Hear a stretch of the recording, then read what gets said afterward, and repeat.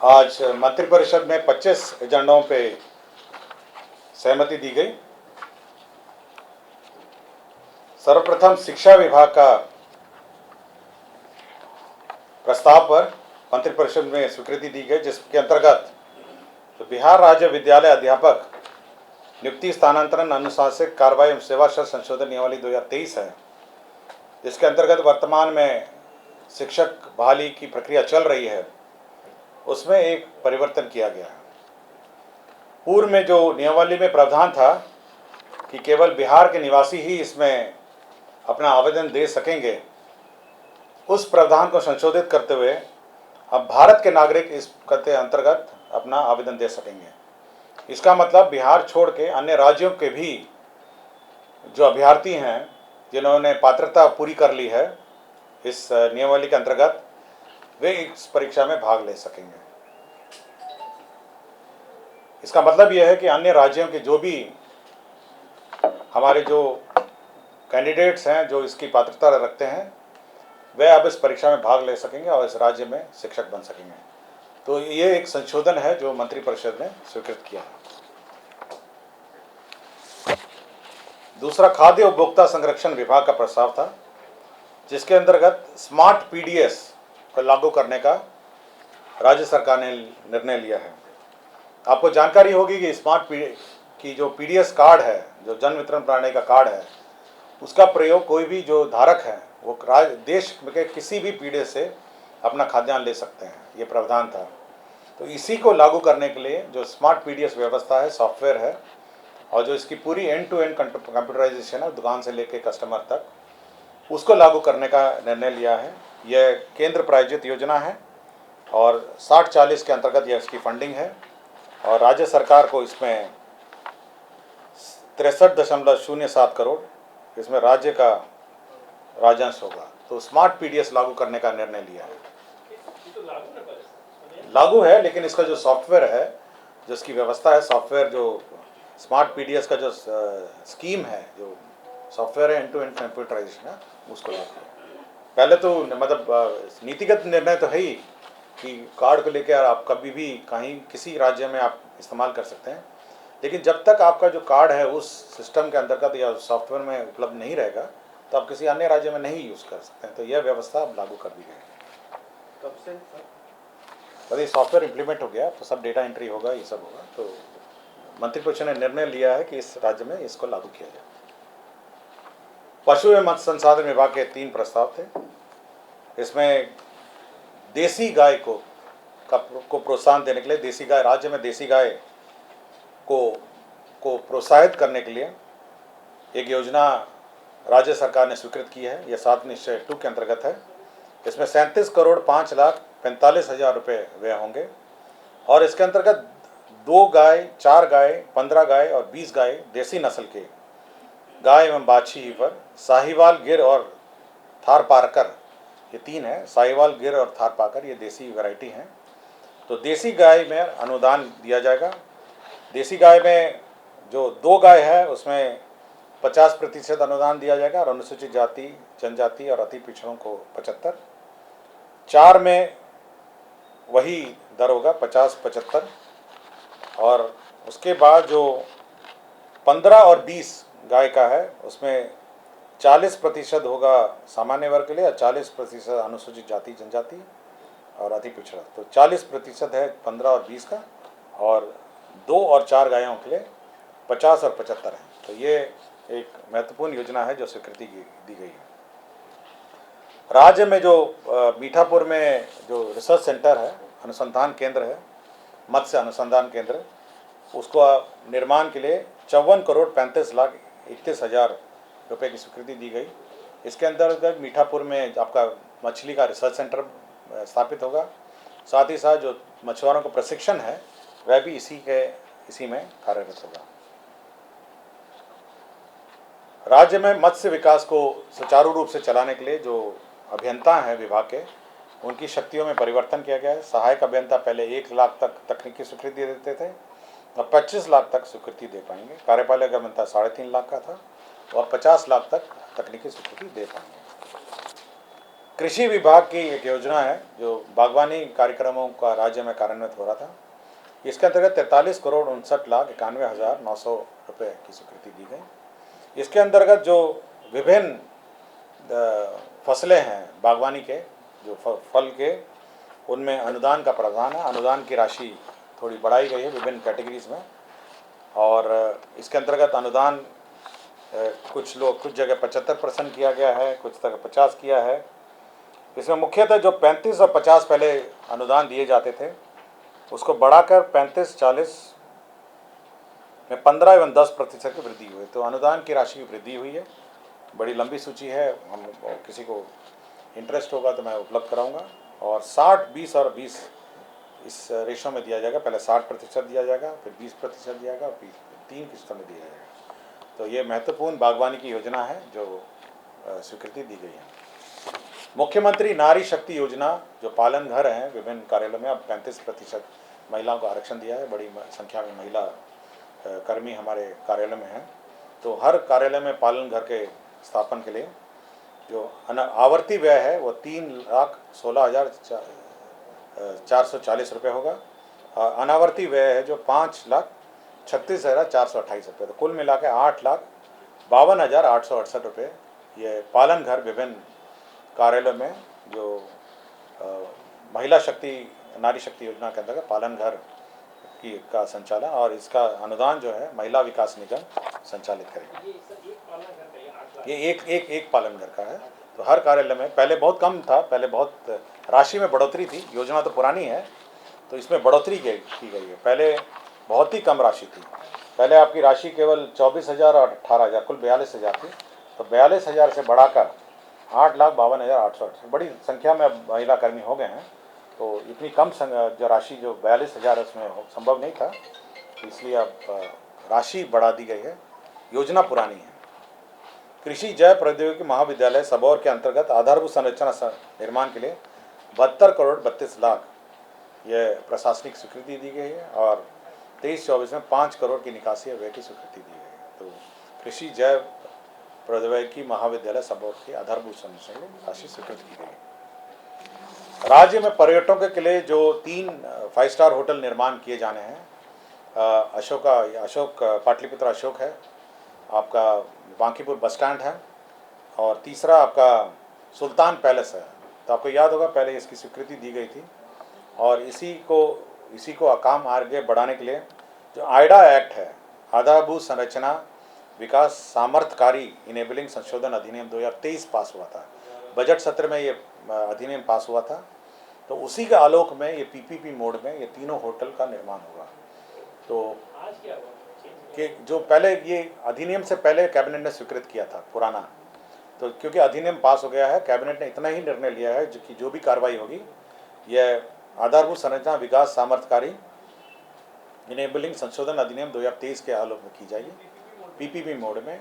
और इसमें अनुमानित करीब 1100 कमरे टोटल मिला के तीनों मिला के 5 स्टार होटल का निर्माण अलग अलग। ये बहुत पुराना राज्य का निर्णय है।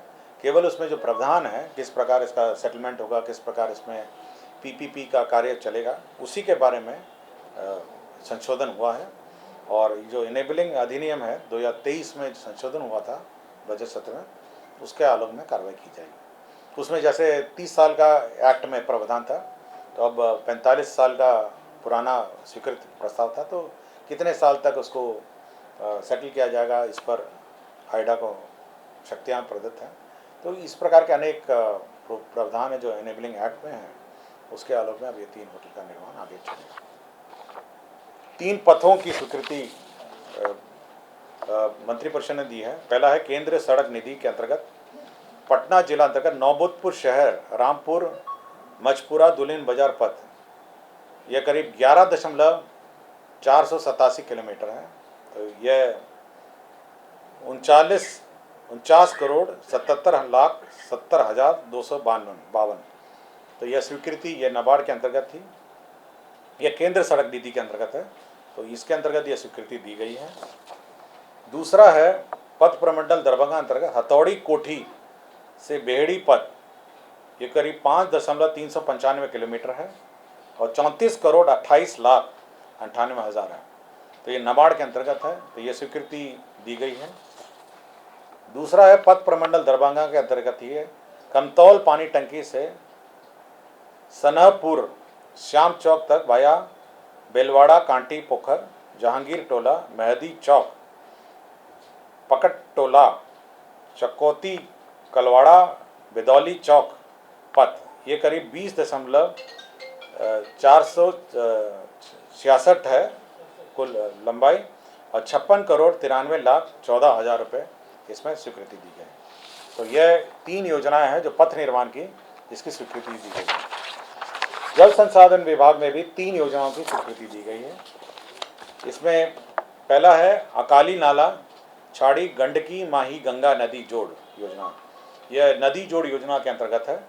इसमें 69,89,79,000 रुपये की प्रशासनिक स्वीकृति। ये 2 नदियों को जोड़ने की योजना है, अकाली नाला छाड़ी गंडकी माही गंगा नदी जोड़ योजना। तो ये एक नदी जोड़ योजना है जिसकी स्वीकृति दी गई है। सिंहवारणी जलाशय योजना एवं इससे निकलने वाले उच्च स्तरीय मुख्य नहर 0 से 317 चेन तक, इसका पुनर्स्थापन 125 करोड़ 82 लाख रुपए की स्वीकृति दी गई है। तो ये जलाशय का जीर्णोद्धार है और इसे निकलने वाले जो नहर है उसका भी जीर्णोद्धार है। तो ये स्वीकृति दी गई है। हाँ, ये वाला ये खड़गपुर झील योजना है। तो खड़गपुर झील है, मुंगेर जिला है ना ये खड़गपुर झील। और तीसरा भी मुंगेर जिला से ही है, डाकरा नाला नहर पंप योजना। आपको याद होगा कि समाधान यात्रा में माननीय मुख्यमंत्री द्वारा भ्रमण किया गया था और इसमें इस योजना का भी निरीक्षण किया गया था। और ये नाला बहुत पुरानी है, ये 1978 की है, 1978 की योजना है। और इस योजना के अंतर्गत ये बना था, लेकिन जब बना था तो गंगा नदी बिल्कुल सट के चलती थी किनारे में, और अब दूर हो गई है, जिस कारण से ये पूरी योजना बंद हो गई। तो अब उसको गंगा नदी से पानी निकाल के इस नहर योजना पंप नहर योजना को पुनर्जीवित करने के लिए डाकरा नाला पंप नहर योजना का अवशेष कार्य प्राकृतिक राशि 135 करोड़ 43 लाख मात्र की प्रशासनिक स्वीकृति। तो ये डाकरा नाला का बहुत महत्वपूर्ण योजना है और 1978 की योजना, ये सबसे पुरानी योजना। 145 या 35 145.43। और बेसिकली वही है कि नाला का थोड़ा रिपेयर है और मेन इसका जो कंपोनेंट है वही है कि जो गंगा दूर चली गई है तो उस स्थल से पानी निकाला जाए और फिर इस नहर में जोड़ा जाए। तो ये मुंगेर का है, सिंहवारणी जलाशय मुंगेर का है। और तीसरा आपका है गंडकी आकली, ये है गंडकी माही गंडक योजना है। ये जिला मूल लिखने में देखें, ये सारण जिला का, सॉरी सारण के पास नदी तक लिंक चैनल है। ये सारण जिला है, छपरा जिला है। एक छपरा का है और 2 आपका मुंगेर जिला का है। ठीक है। ये राज्य में जो वृहद खनिज है, ये खनिज आपको इंटरेस्ट करता होगा, ये बहुत महत्वपूर्ण है। राज्य में बहुत जगह खनिज पाए गए हैं। मैग्नेटाइट पाया गया है माजोस जमुई जिला में, मैग्नेटाइट। गैलुसोनाइट है पाया गया है पिपराडी भुरवा रोहतास जिला में। ग्लूकोनाइट पाया गया है रोहतास जिला में। ग्लैकोनाइट पाया है अधौरा कैमूर में। ग्लैकोनाइट पाया है रोहतास में। क्रोमियम निकल पीजी ग्रुप के एलिमेंट्स पाए गए हैं औरंगाबाद में और गया में। बॉक्साइट पाया गया है मुंगेर जिला में। और लाइमस्टोन पाया गया है रोहतास में। और वेनेडियम पाया गया है जहानाबाद और गया जिला में। तो इतने सारे जो माइंस पाए गए, मतलब इतने खनिज पाए गए हैं, इसके खनिज का जो सेटलमेंट है, मतलब इसका वैल्यूएशन और सेटलमेंट है, उसके लिए SBI कैपिटल को और एवं metal and scrap trading corporation है, इन दोनों को नामांकन के आधार पर 2 करोड़ 50 लाख रुपए के आधार पर इनको कार्य आवंटित किया। एक कैपिटल मार्केट्स है, ये तो आपका एक अनुमान लगाएगा कि कितना खनिज है, कितना दाम होना चाहिए, कितना रिजर्व प्राइस होना चाहिए। और जो metal scrap trading corporation limited है, ये ऑक्शन प्लेटफॉर्म है। इसके माध्यम से ऑक्शन है, तो दोनों अलग अलग हैं। तो एक ये मैं मैडम को दे देता हूँ, तो आप उनसे ले लीजिएगा कि कहाँ कहाँ ये खनिज है। तो ये खनिज की सूची आपको मिल जाएगी, ताकि ये महत्वपूर्ण। मैडम को तो आप आराम से बैठी ना, हाँ अभी दे देते ना, अभी ब्रीफिंग खत्म हो जाने दीजिए, उसके बाद मैं सब दे दूंगा आपको काम। राज्य के 8 जिलों अररिया, अरवल, नवादा, मधुबनी, लखीसराय, वैशाली, कटिहार, सीतामढ़ी में 520 आसन के एक एक अन्य पिछड़ा वर्ग कन्या आवासीय उच्च विद्यालय। इसका मॉडल प्राकृत राशि है 46 करोड़ 35 लाख 28 हजार। तो कुल 370 करोड़ 82 लाख 24 हजार जो है इसकी स्वीकृति दी गई है। 2 योजना का जो इन्वेस्टमेंट क्लियरेंसेस है कैबिनेट के स्तर पर दी गई है। पहले तो है Messrs Mash agro foods limited, ये इंटीग्रेटेड बायो बोवाइन मीट, ये मीट प्रोसेसिंग यूनिट है, और किशनगंज जिला ठाकुरगंज किशनगंज में यह स्वीकृति दी गई है और 45 करोड़ का निवेश है। तो मीट प्रोसेसिंग का किशनगंज ठाकुरगंज में 45 करोड़ का निवेश की स्वीकृति दी गई है। एक एथनॉल यूनिट है messrs Brijendra Kumar builders, ethanol का यूनिट है, ये मोकामा पटना की इकाई है और करीब 104 करोड़ 18 लाख का निवेश है। तो 2 निवेश की स्वीकृति दी गई है। बिहार राज्य विद्युत बोर्ड में जो पुराने कर्मचारी हैं, जो 2012 में जब बंटवारा हुआ था विभिन्न कॉरपोरेशंस में, तो बकाया जो रिटायरमेंट ड्यूज की राशि है वो राज्य सरकार को भुगतान करना पड़ता है। इसके तहत 797 करोड़ 63 लाख रुपए जो है वो मंत्रिपरिषद ने भुगतान की स्वीकृति दी है। दूसरा एक निर्णय हुआ है जो माननीय उच्च न्यायालय के आदेश के आलोक में है।